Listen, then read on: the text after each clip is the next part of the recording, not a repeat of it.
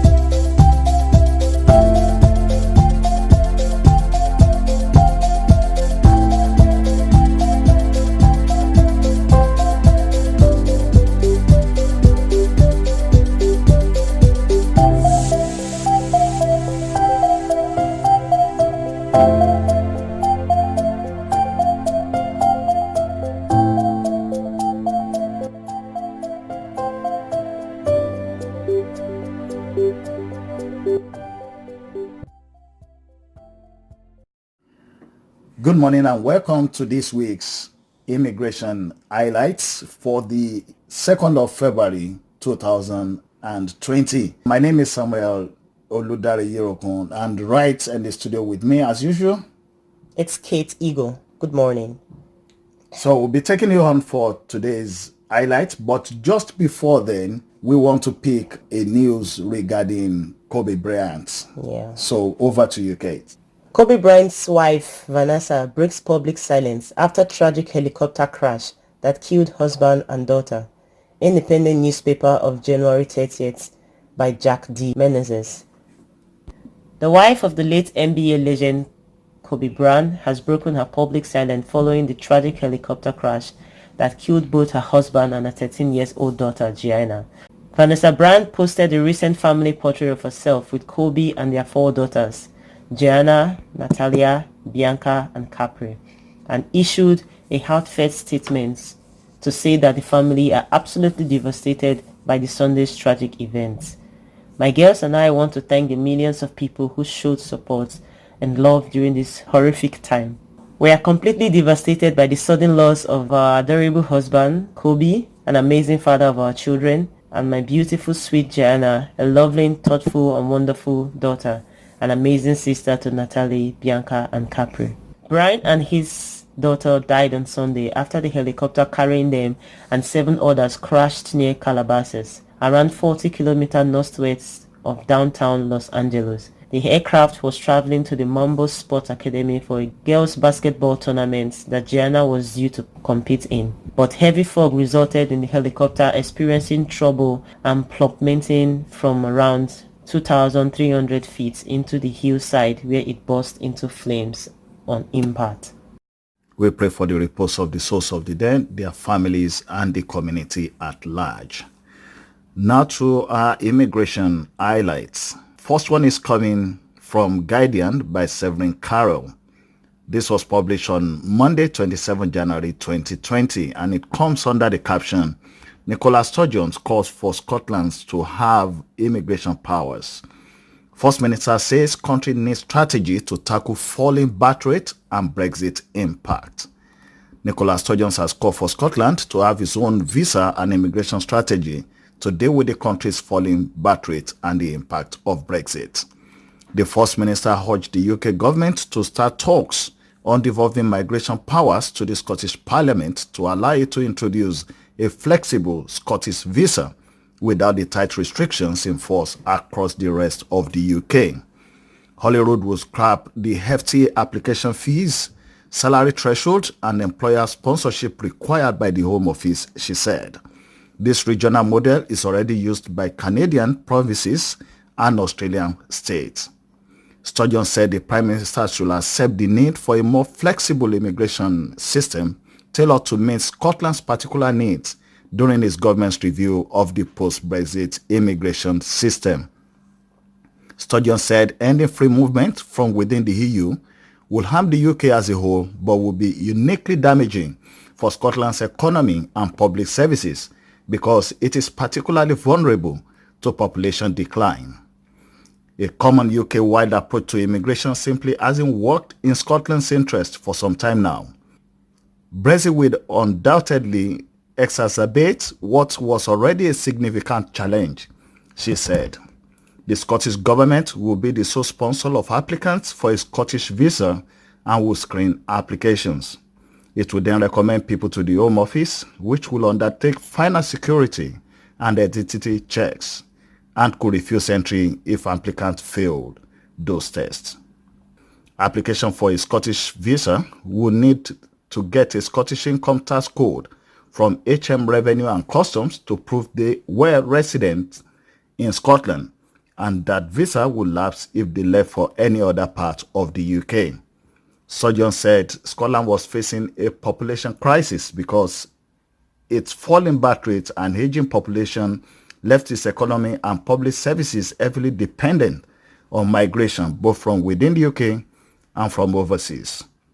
Population forecasts showed Scotland's pensioners will grow from 19% of the population in 2018 to 23% in 2043, while the working age population would fall from 64% to 62%. Number of children dropped from 17% to 15%. Rural depopulation in remote parts of Scotland will also accelerate, with the working age population projected to fall by 33% in sparsely populated areas. To tackle that issue, the UK government should also implement its promise to trial a visa targeted at rural areas, she added. The proposed Scottish visa was welcomed in principle by Scottish Labour, University Scotland, which represent the higher education sector, the industrial body Food and Drink Scotland, and immigration campaigners. While Surgeon said the Scottish approach will be liberal and flexible. The policy paper she released on Monday, Migration, Helping Scotland Prosper, said there was likely to be a cap or limit to the number of migrants allowed into Scotland. The paper said that limits would be negotiated with the UK government as long as it did not involve an arbitrary cap set by UK ministers for political reasons. The document said other changes were possible, including a regional approach across the UK that allows some adaptations for local needs, which would initially have a lower cap or quota. Surgeon said it was too early to be specific on the numbers involved, but said it should reflect the needs of specific industries such as tourism and catering or rural areas experiencing depopulation. In principle, the system should be as open and as flexible as possible, she said. That comes under the caption, Nicola Sturgeon called for Scotland to have own immigration powers. New immigration system, what you need to know. Published on the 20th of January 2020 on gov.uk. The UK is introducing a points-based immigration system from 2021. This page will be updated with the latest information about the new points-based immigration system as it becomes available. On 28 January 2020, the Immigration Advisory Committee, MAC, published its reports to the Home Secretary on the points-based immigration system. The government is currently considering the report's recommendations before setting out further details on the UK future immigration system. Sign up for emails alerts to get updates on the new immigration system. There will be no changes to the rights and status of EU citizens currently living in the UK until 30th June 2021. EU citizens and their families can apply to the EU settlement scheme to continue living in the United Kingdom. Migration Committee rejects full point-based system for UK by Amelia Gentleman, Peter Walker and Lisa O'Carroll, published on Guardian of Tuesday the 28th of January 2020.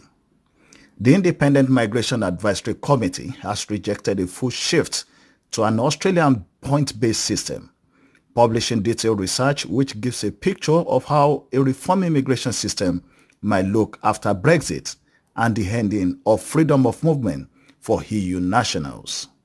The Conservatives promised to introduce an Australian-style point-based system to control immigration as one of 6 key guarantees listed on page of their manifesto. The committee's chair dismissed the notion as a soundbite. What exactly does an Australian-style point-based system mean? Professor Alan Manning, the chair of the committee, asked. The problem is that it means different things to different people. Instead, its experts recommended a mixed system, which will rely on a minimum salary threshold for those people coming to the UK with a job offer and a point-based system for skilled workers coming to the UK without an arranged job.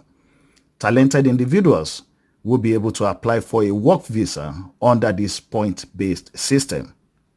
The committee's detailed recommendation will reduce levels of immigration, the size of the UK population, and total GDP, Mani said. We expect the changes to very slightly increase GDP per capita, productivity, and improve public finances, though these estimates are more uncertain.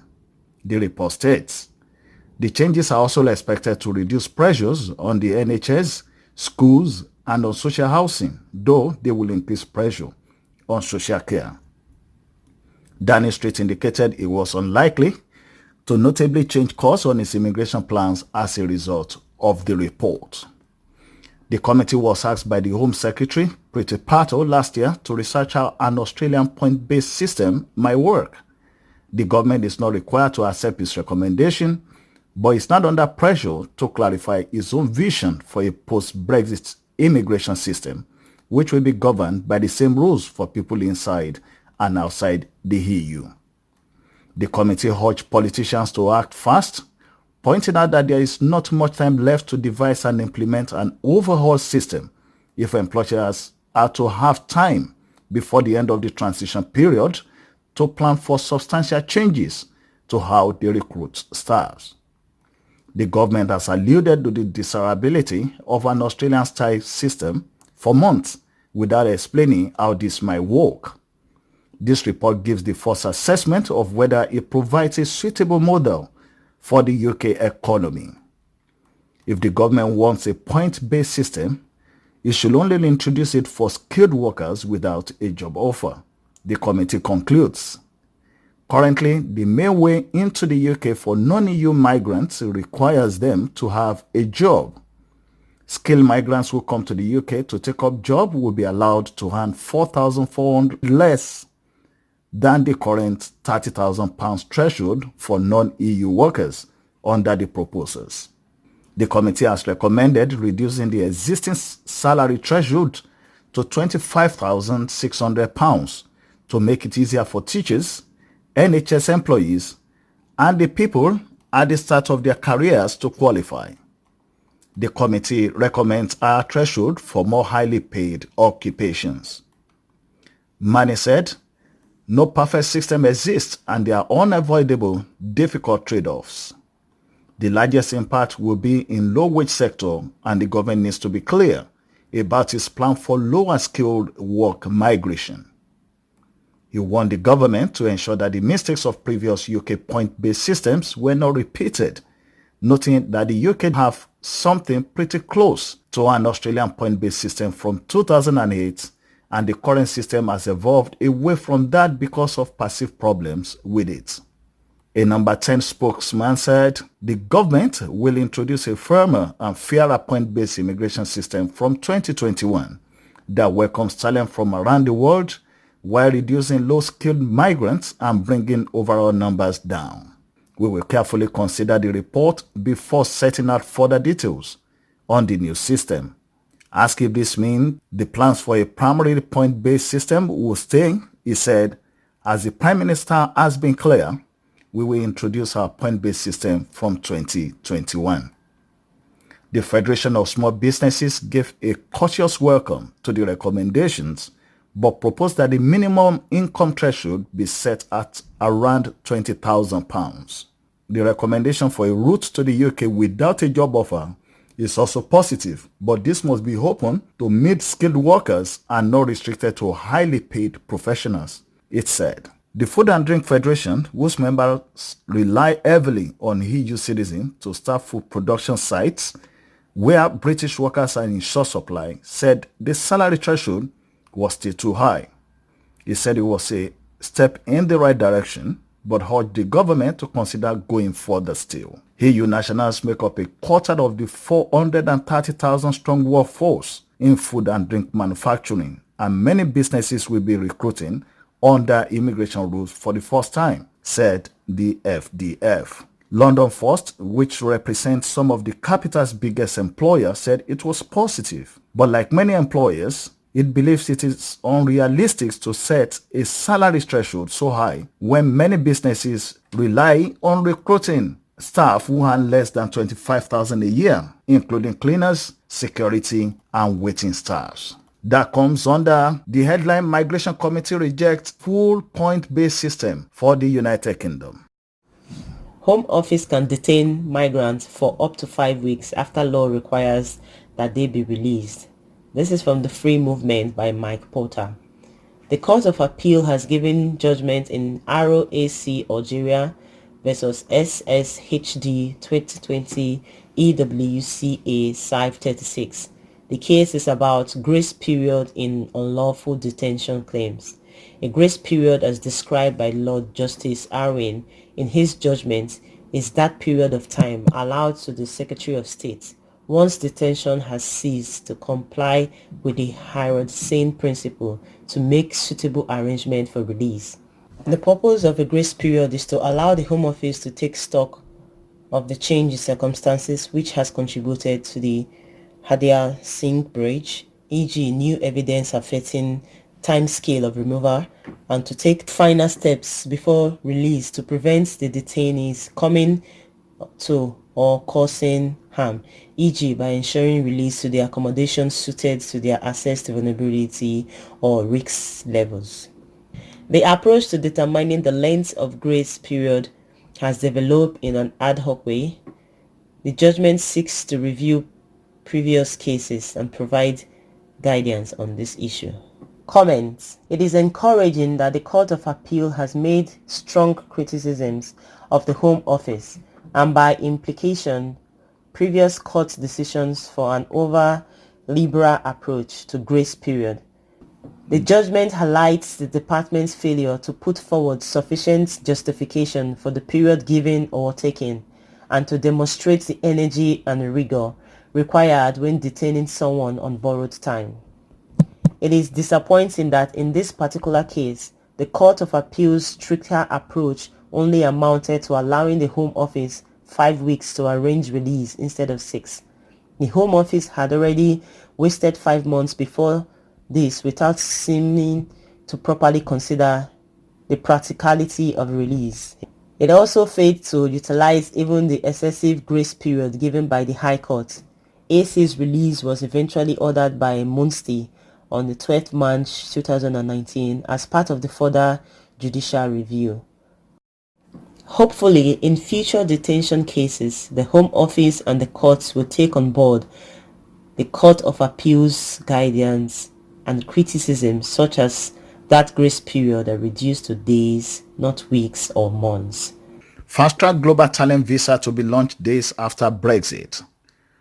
Written by Rowena Masson and published on Guardian, Sunday 26th of January 2020.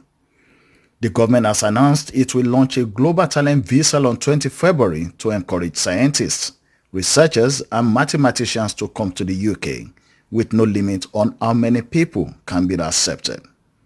In addition, Boris Johnson said he was making available a £300 million package for research into advanced mathematics. It will double funding for new PhDs and boost the number of math fellowships and research projects. With Brexit Day approaching on 31st January, the Prime Minister said, "As we leave the EU, I want to send a message that the UK is open to the most talented minds in the world and stand ready to support them to turn their ideas into reality." The fast-track visa is a replacement of the old Tier 1 exceptional talent visa route that allowed applicants to be endorsed by the Royal Society, Royal Academy of Engineering, the British Academy, Technician or Art Council, England.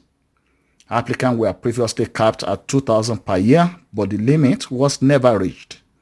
Under the new scheme, the UK Research and Innovation Funding Agency will also be able to recommend applicants.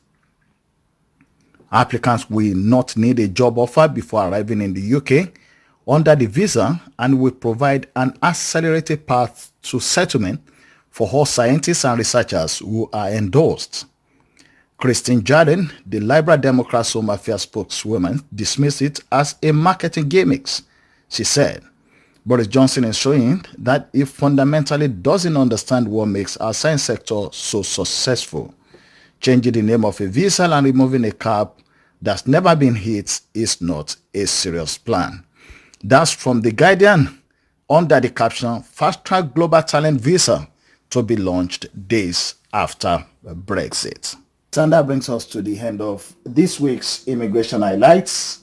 Britain is out of the EU. Yeah.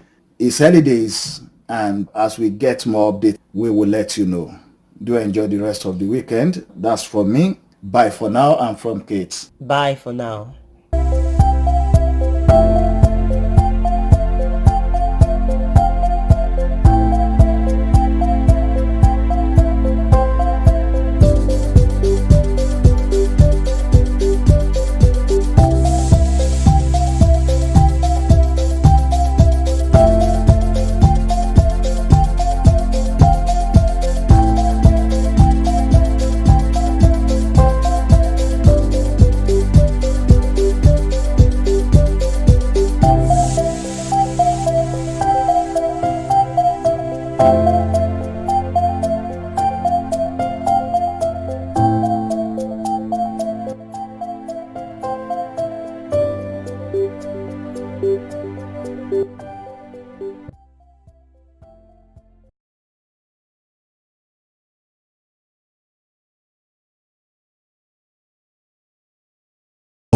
OYTV